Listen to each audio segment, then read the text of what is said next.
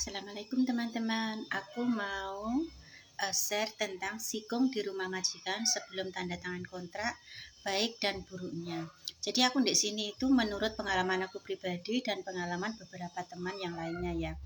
Jadi selama aku di Hongkong dulu itu aku pernah sebelum tanda tangan kontrak itu aku sikung dulu ya. Jadi kita itu terkadang ketika mau ganti majikan itu kan kita mencari majikannya di Hongkong, bukan kita majikan yang mencarinya waktu kita di Indonesia. Kalau nyari majikan di Indonesia kita tidak bisa sikung. Dalam bahasa Kantonisnya adalah sikung, bahasa Indonesianya adalah mencoba pekerjaannya terlebih dahulu, atau dalam bahasa Inggrisnya adalah try out kayak gitu ya. Jadi mencoba bekerja di rumah majikan seperti itu ya. Setelah itu aku mau cerita di sini gitu ya. Ceritanya itu baik dan buruknya sikung itu seperti apa sih kayak gitu ya. Menurut pengalaman aku pribadi ini yang dilihat dari segi baiknya dulu aja ya, karena terkadang kita itu lebih suka cerita itu yang baik-baiknya saja dulu. Yang baiknya dari sistem sikung. Jadi ketika kita itu biasanya di interview majikan ya, di interview ketika di kantor, itu biasanya sudah ada kecocokan. Sudah ditanya banyak macam tentang pekerjaan kita itu bisanya apa saja. Terus pekerjaan yang ditawarkan kepada kita itu kayaknya kok kita itu cocok kayak gitu ya. Terus kita itu merasa mau tanda tangan kontrak. Tapi majikan itu terkadang ada yang meminta kita itu sikung dan ada juga yang tidak meminta kita sikung. Dan seorang pembantu diperbolehkan meminta sikung dulu, atau kita itu tidak meminta juga tidak apa-apa kayak gitu ya, tergantung kesepakatan masing-masing.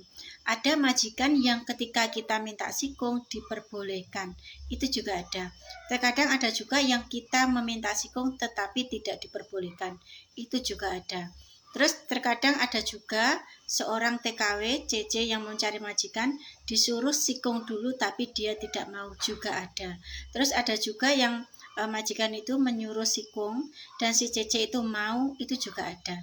Jadi ada beberapa cerita di balik tentang cerita sikung, mencoba pekerjaan terlebih dahulu. Jadi di sini baiknya ya, ketika kita itu ditawari atau kita meminta sikung dulu, bekerja dulu di rumah majikan untuk percobaan, ada beberapa kebaikannya. Yang pertama adalah kita benar-benar tahu berapa orang di rumah majikan. Jadi kita itu ketika masuk di rumah majikan, semisal kita tidak ada sikung gitu ya, kita itu di jobnya itu hanya menjaga satu nenek. Ternyata ada siucenya. Terus ternyata di situ ada orang lain juga. Mungkin juga ternyata ada hewan yang dititipkan. Kan ini tidak sesuai dari interview di awal kayak gitu ya. Terus yang kedua itu kita bisa yang pertama kita tahu berapa orang yang ada di rumah itu. Terus yang jelas lagi adalah kita bakal tahu kita di situ itu tidurnya di mana. Karena masalah tidur yang di Hongkong itu ketika kita masuk ke majikan itu kita bakal dikasih tahu juga tempat kita tidur kita itu bakal di mana. Ini terkadang menjadi pertanyaan yang dalam sekali dari seorang CC ya. Karena pekerjaan itu bisa berat itu tidak masalah asal kita punya tidur yang layak kayak gitu ya. Ya layak itu bukan berarti kita itu harus punya kasur yang luas atau apa, itu bukan ya. Intinya itu tempat tidur yang layak untuk kita huni. Misalnya itu ada di kamar atau mungkin sharing room atau seperti itu ya. Atau mungkin kita itu punya kamar sendiri, itu malah enak juga. Terus ada lagi, jadi baiknya itu ketika kita sikungin, selain kita tahu siapa saja yang di rumah situ, kita bisa tahu tempat tidur kita itu kelak seperti apa kayak gitu ya. Terus yang ketiga adalah kondisi rumah gitu ya. Jadi kita juga perlu tahu kondisi rumahnya. Ada seorang CC membayangkan rumahnya itu sama kayak di building-building lainnya, tingkat, ada tingkat 30, tingkat 40, dan dia itu mungkin ada di tingkat 14 atau mungkin tingkat 20. Bayangan kita selalu rumah orang Hongkong itu adalah di tingkat building. Jadi kayak janglau gitu ya.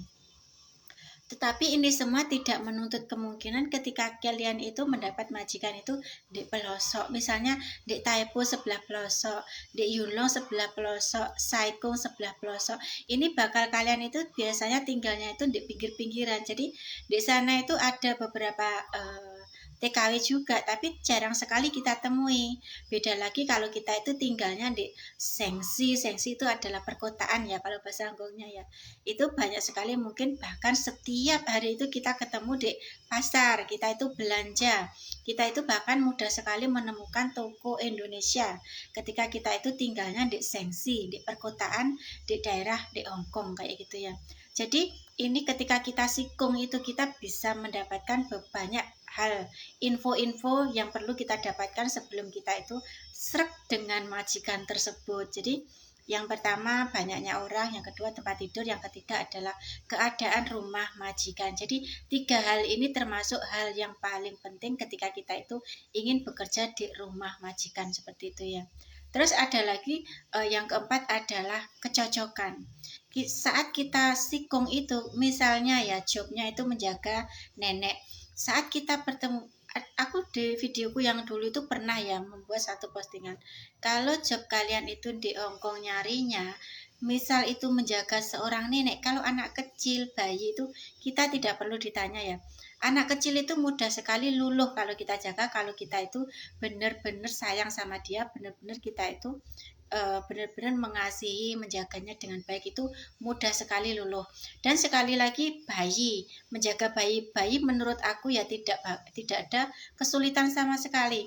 Bayi itu kalau naik kita gendong, kita kasih makan yang kenyang, kita ganti pampasnya itu sudah cukup. Itu sebuah pelayanan untuk merawat bayi, dan bayinya bakal kuai-kuai teh ya, dengwa, tidak banyak laukai kayak gitu ya, tidak banyak nakal kayak gitu. Terus karena kita itu semisal jobnya itu bobo, kenapa kita itu wajib bertemu dengan bobonya yang kita jaga sebelum kita tanda tangan kontrak? Karena rata-rata itu kita perlu tahu ya kalau bobo itu kondisinya seperti apa. Semisalnya kondisinya itu sudah tidak bisa apa-apa, makannya saja itu sambil tidur, atau mungkin bobonya itu sudah sudah lofa. Lofa itu sama dengan kayak sudah pikun gitu ya. Jadi tidak banyak JJ itu terkadang memahami menjaga orang pikun itu seperti apa. Karena menjaga seorang nenek atau bobo atau kungkung yang sudah pikun itu banyak sekali dukanya ya. Kalau sukanya kita itu tidak perlu perbincangkan kan. Mungkin juga kalau orang pikun itu banyak tidur, mungkin hanya lupa makan, tapi dibalik semua itu kalau semisal lupanya itu masalah dia itu suka menuduh. Nah, ini yang sering sekali menjadi problema ketika kita itu menjaga seorang nenek. Misalnya kita itu dituduh mengambil apanya dia, dituduh mengambil makanan dia, atau dituduh juga melakukan sesuatu yang mungkin menurut dia itu tidak baik kayak gitu ya. Jadi ketika kita itu sikung, kita bakal paham hal-hal yang seperti ini. Ini bisa memantapkan hati kita ketika mau tanda tangan kontrak ya. Karena ketika kita bertemu dengan bobonya atau dengan kungkungnya dengan kondisinya seperti itu, kita bisa nggak, mereka menerima kita nggak? Itu 2 hal seperti ini kita bakal ketahui nanti kalau kita itu sikung kayak gitu ya. Jadi untuk kalian yang ketika interview di Hongkong, kalau zaman saya itu dulu itu sikung itu sangat banyak sekali ya. Kita itu sikung itu tidak harus kita itu datang ke sana terus bekerja ya. Tidak seperti itu ya.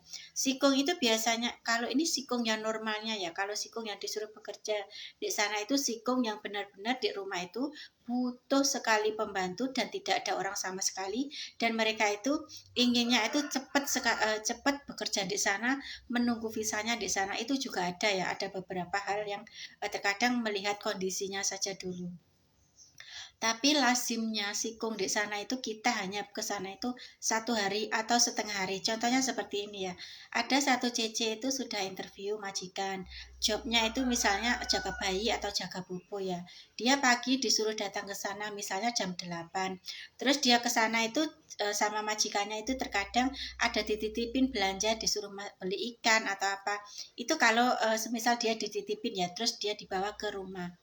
Disuruh datang ke rumah, dikasih alamatnya yang lengkap, dan nanti bakal dikasih tahu ke yang penjaga di bawah itu kalau ada satu CC bakal datang untuk sikung di rumah dia. Itu pasti ada koneksinya. Jadi kita ketika sikung itu tidak perlu takut bakal kita nggak bisa masuk, itu nggak usah takut seperti itu ya. Terus ada juga satu CC itu yang di rumah itu sudah disediakan bahan-bahan masak. Misalnya juga itu semisal dia itu deh ya sikong haeng oke ya, kamu besok datang ke rumah aku. Mus yang daile juisung pengo tesika. Aku ingin melihat kamu itu memasakkan sesuatu sayur, kasih kita itu makan. Kita itu pengen melihat uh, keahlian kamu dalam masak misalnya ya, seperti itu. Terus ketika kita datang ke situ itu biasanya kita itu hanya disuruh masak pada satu kali makan, misalnya makan siang sayur apa, sekalian nanti selesainya dicuci piringnya atau apa kayak itu ya. Kalau majikan itu baik, sikung kamu itu bakal dibayar. Itu kalau majikan itu baik ya, misalnya dikasih kamu $100 atau $50. Tapi kalau majikan kamu itu misalnya hanya sikung aja, nggak usah dibayar, itu juga ada. Jadi untuk kalian ketika sikung itu siapkan diri, ini kemungkinan dibayar, kemungkinan tidak dibayar, tapi hanya terkadang setengah hari cukup. Jadi banyak keuntungan loh, meskipun kita itu di situ kita kerja setengah hari tidak dibayar, tapi banyak keuntungan. Karena apa? Kita bisa melihat kondisi di sana itu sebenar-benarnya. Tidak ada yang bakal membuat kita kaget ketika kita itu masuk ke majikan tersebut. Jadi ketika kita sikung di sana, kita memasakkan buat mereka, mereka bakal tahu cita rasa dari masakan kita itu seperti apa. Ini bisa membuat nilai plus, misalnya mereka suka gitu ya. Mereka langsung, oh cimenga kayak gitu, jadi langsung tanda tangan. Kalau semisal nggak suka, ada sesuatu yang tidak suka, itu mereka juga bakal mola. Maksudnya itu dia tidak akan menandatangani kamu seperti itu. Jadi kebaikan dari sikung itu ada juga di pihaknya di bosnya, ada juga di pihaknya si CC-nya. Baiknya itu semisal cicinya itu merasa, wah aku tidak sreg dengan tempat tidurnya, aku tidak sreg dengan tempatnya, oh ternyata tempatnya di pelosok sekali, jauh dari perkotaan, ini kan juga bisa membuat pertimbangan untuk kita kayak gitu. Jadi baiknya itu ada di beberapa hal yang sudah aku sebutkan di video di bagian pertama tadi ya.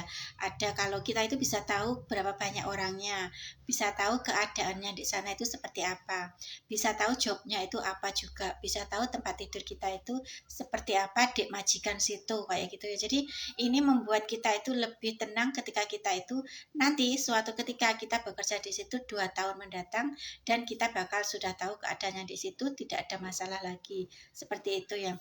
Dan jarak jauh dekatnya pasar itu juga bisa menjadi pertimbangan kita ya. Aku itu dulu pernah juga ya 4 tahun ya, itu bekerja itu pasarnya itu jauh loh, jalan kaki jauh sekali, kira-kira aku pulang pergi itu 40 menit, jadi berjalannya itu 20 menit. Berjalan 20 menit kalau di Indonesia sudah sampai kemana-mana ya. Terus di Hong Kong itu kan kita jalannya lebih cepat lagi, 20 menit itu dihitung tidak dekat ya. Jadi kalau kita tinggal di Indonesia mungkin 20 menit aja jalannya, kita kayak pelan-pelan, tapi kalau di Hong Kong 20 menit itu termasuk jalan yang jauh, karena kita jalannya itu bakal kayak cepet banget di sana. Jadi ini adalah nilai plusnya ketika kita itu sikung di rumah majikan. Majikan bisa melihat keahlian kita, kita juga bisa melihat kondisi mereka, job kita itu apa benar seperti yang mereka katakan seperti itu ya. Terus ada lagi minusnya ya. Minusnya dari job ketika kita itu sikung ya, semisal ya, Cece aku mau kamu sikung di rumah aku, jadi jobnya itu seperti ini, dan dia itu suka sama kamu, sudah seneng gitu ya. Terus abis itu kamu juga sudah suka bekerja di tempat mereka gitu ya. Terus tiba-tiba mereka itu kamu itu sudah struck, sudah seneng kayak gitu ya. Terus tiba-tiba mereka itu ketika mencoba keahlian kerjaan kamu, ternyata mereka tidak cocok. Itu jadi ini masih enak ya, ketika mereka melihat kamu hasil kerjaanmu seperti ini, mereka tidak tanda tangan kontrak, itu masih enak. Takutnya seperti ini ya. Buruknya dari sikung itu ketika mereka itu mencoba kamu dan mereka sudah suka gitu ya. Terus tiba-tiba di tengah perjalanan visa mau turun, tiba-tiba di cancel karena mereka itu ragu atau mungkin juga membandingkan gitu ya. Terkadang kan ada ya, visanya belum turun gitu, si majikan itu tiba-tiba membandingkan dengan orang lain dan lebih tertarik ke orang lain seperti itu. Jadi terkadang mereka melihat hasil pekerjaan kita jadi ragu-ragu. Ini terkadang yang membuat kita itu bimbang. Minusnya hanya seperti itu sih. Terus ada lagi buruknya dari sikung itu, terkadang kita disuruh sikung beberapa hari itu hanya dikasih beberapa dolar gitu ya. Jadi kerja sikung itu sebenarnya hanya setengah hari ya. Lumrahnya itu setengah hari. Kalau anak Indonesia biasanya majikan itu banyaknya ya menurut aku ya, sedari pengalamanku ya, anak Indonesia itu jarang sekali yang meminta sikung. Itu jarang sekali. Dan anak Indonesia itu ketika kita minta sikung ke rumah majikan, biasanya 50% itu majikan juga tidak mau rumahnya disikung.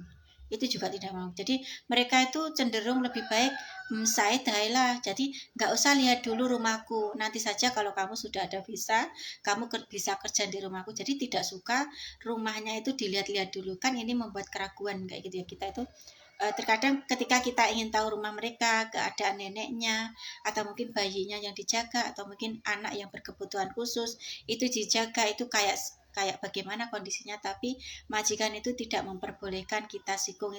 Itu yang membuat terkadang kita itu berkendala, menjadikan tumbuh keraguan. Tapi semoga kita itu berdoa saja ya, semoga kita itu mendapatkan job yang baik meskipun tanpa sikung. Ini kalau anak Indonesia ya. Tapi kalau anak Filipina itu biasanya mereka itu aku ingin mencoba dulu gitu ya. Itu pasti ya, terkadang aku sering banget itu, aku seringnya itu waktu dulu itu ketika aku main di daerah Yunlong ya, di Yunlong, di bagian yang anak pengiriman barang, yang di situ banyak sekali agent-agent itu ya, agent-agent Filipina. Pokoknya di sebelah apa itu, Jinwan, bukan Yunlong ya, sebelah Jinwan, kota Jinwan itu ada yang bagian pengiriman barang itu ya. Di situ itu ada pertokoan khusus anak Filipina. Di situ itu ada jual makanan, ada jual baju, ada jual agent-agent itu, agent-agent yang menawarkan pembantu itu juga banyak. Rame banget di sebelah belakangnya Jinwan. Jinwan itu kalau kita masuk dari MTR itu naik, terus di sebelah pojok yang sebelah belakangnya plaza itu ada khusus orang Filipina. Di situ itu aku sering main di situ ya. Jadi waktu itu aku sering jalan-jalan di situ, terkadang aku juga lihat-lihat agent di situ ya. Itu mereka selalu, aku sering banget itu mendengar percakapan mereka. Ketika di interview itu mereka ngomong, aku pengen mencoba dulu rumah majikan. Aku pengen tahu dulu kondisi pekerjaan yang mau aku jalani. Itu anak Filipina itu pasti kayak seperti itu. Jadi ketika mereka menerima satu pekerjaan itu, mereka tidak dengan langsung ya sudahlah, aku sudah menerima pekerjaan kayak gitu, aku sudah menerima job, aku sudah mendapat pekerjaan. Mereka tidak berpikirnya itu seperti itu. Mungkin dari segi aku sendiri gitu ya, aku kalau sikung, aku dulu juga pernah sikung, tapi ternyata aku ketika sikung itu menemukan, oh ternyata aku tuh tidak ada tempat tidurnya. Tidak ada tempat tidurnya, dan aku itu benar-benar tidurnya itu di bawah ranjang si bayinya gitu ya. Jadi ketika nanti di tempat itu ada ranjang bayinya itu, kita tidur di bawahnya, tapi di bawahnya itu kayak sempit banget gitu ya. Aku jadi melihat, ini majikan nanti kalau semisal bener ambil aku ya aku terima, kalau nggak ambil ya alhamdulillah kayak gitu ya. Jadi aku tidak ingin membuat mereka itu kecewa. Misalnya aku tuh mereka itu sudah cocok sama aku, semisal mereka itu mengharap aku menjaga bayinya mereka gitu. Sebenarnya aku ini orangnya itu kalau mendapatkan job itu ya, asal jobnya majikannya itu baik, aku nggak bakal banyak menuntut tuntutan apapun ya. Karena menurut aku dikasih pekerjaan orang itu, aku sudah bersyukur ya. Di luar sana itu banyak orang yang tidak mendapatkan pekerjaan, mereka harus bersusah payah, harus bersaing dengan banyak teman-temannya mereka, banyak sesama TKW untuk mendapatkan satu pekerjaan. Tapi kalau aku misalnya majikanku suka, ya sudah gitu aja ya. Pekerjaan jenis apapun kira-kira aku pasti ya, banyak kemungkinan itu pasti bisa melakukannya gitu ya. Karena dari pengalaman aku ya, yang pertama aku tuh ya menjaga anak kecil 2 sudah pernah, padahal aku waktu itu belum pernah menjaga melahirkan, mempunyai anak sendiri belum pernah. Aku juga bisa, anaknya itu lulut, dengwa, patuh, bahkan sayang ke aku lebih banyak gitu ya daripada ke ibunya. Pada akhirnya bahkan membuat ibunya itu terkadang lebih cemburu, kenapa kok sayang sama cecenya kayak gitu. Terus yang kedua, job aku dulu itu menjaga bayi, aku pun juga bisa menjaga kungkung, aku juga bisa menghibur kungkung. Bahkan aku dulu itu sama si Kongkong itu baik-baik banget gitu ya. Jadi hubungan kita itu kayak kekeluargaan banget gitu ya. Ketika ada yang masalah apa gitu, dia bisa menjelaskan duduk perkaranya itu. Itu dulu waktu aku menjaga Kongkong itu baik banget ya. Terus ada lagi ketika aku menjaga Bobo itu aku juga, tapi yang membuat kendala itu terkadang ya, kita itu baik-baik menjaga orang, tapi orang yang dijaga itu pikun, lofa. Terus lofa itu adalah pikun atau dementia dalam bahasa Inggrisnya. Jadi orangnya itu sudah pelupa banget. Kita jaga sebaik apapun, mereka itu tidak bakal paham. Mereka mengiranya kita itu selalu tidak baik di mata mereka itu kalau kita menjaga orang yang pikun. Jadi ini sedikit cerita aku tentang kenapa kita itu perlu sikung. Ada baiknya, ada nggak baiknya. Nggak baiknya itu ketika kita sudah sikung, kita sudah beberapa hari, ternyata mereka melihat pekerjaan kita beberapa hari, kita sudah tanda tangan kontrak, kita visanya sudah mau turun, ternyata di cancel. Tapi ini terkadang rezeki juga tidak tahu juga ya. Terkadang meskipun di cancel, kalau kita itu memang prosesnya seperti itu, kita bisa mengajukan lagi proses untuk tinggal untuk mencari majikan baru. Jadi terkadang apapun yang kita alami itu, terkadang kita harus tetap berpikir yang baik-baik saja. Pasti ada jalan keluarnya kayak gitu ya. Jadi kalau semisal visa kalian itu benar-benar mepet gitu ya, kalian tidak mau pulang ke Indonesia, kalian pulang saja ke Makau juga bisa. Setelah kerja di Makau itu kontrak kerjanya itu hanya 1 tahun ya. Per 1 tahun itu juga bisa, nambah lagi 1 tahun juga bisa. Jadi bukan kontraknya itu harus 2 tahun, tidak, di Makau itu tidak seperti itu. Tapi gajinya memang sedikit rendah, tapi potongannya juga lebih rendah ya. Di sana itu biasanya potongan itu hanya 1 bulan, jadi tidak banyak seperti Hongkong. Meskipun 1 bulan, kalau kalian niat kerja di sana juga banyak pekerjaan. Tidak usah ragu, tidak usah. Di Hongkong itu ya, semisal kita itu di majikan di Hongkong itu, kita tidak dapat menemukan majikan, pergi saja ke Makau bareng 1 tahun. Setelah 1 tahun kembali lagi ke Hongkong. Itu merupakan jalan keluar ya. Jadi kita tidak perlu pulang lagi ke Indonesia gitu ya. Kalau kita nggak mau proses ke PT lagi, pulang saja ke Makau. Habis itu nyari majikan. Siapa tahu malah di Makau majikannya baik. Di gini ya, aku punya beberapa teman itu ya. Tidak semua orang Makau itu kan terkenalnya di Makau itu gajinya rendah kayak gitu ya, $3.500 gitu ya. Tapi itu tidak semua menutup kemungkinan seperti itu ya. Karena di Makau itu banyak sekali orang barat ya. Orang bule itu banyak loh di Makau tuh. Terus orang Turki ya, orang Turki itu juga banyak. Terus orang apa itu?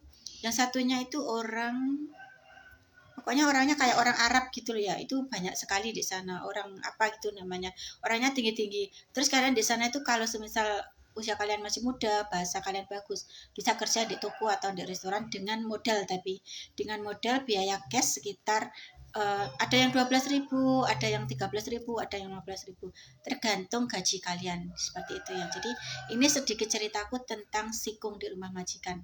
Lain kali akan aku sambung dengan cerita yang lainnya. Oh ya, ada lagi yang cerita kenapa satu CC terkadang finish kontrak di Hongkong itu kok hanya mendapatkan 1 tiket, padahal belum pernah cuti. Itu aku mau bahas di video next selanjutnya.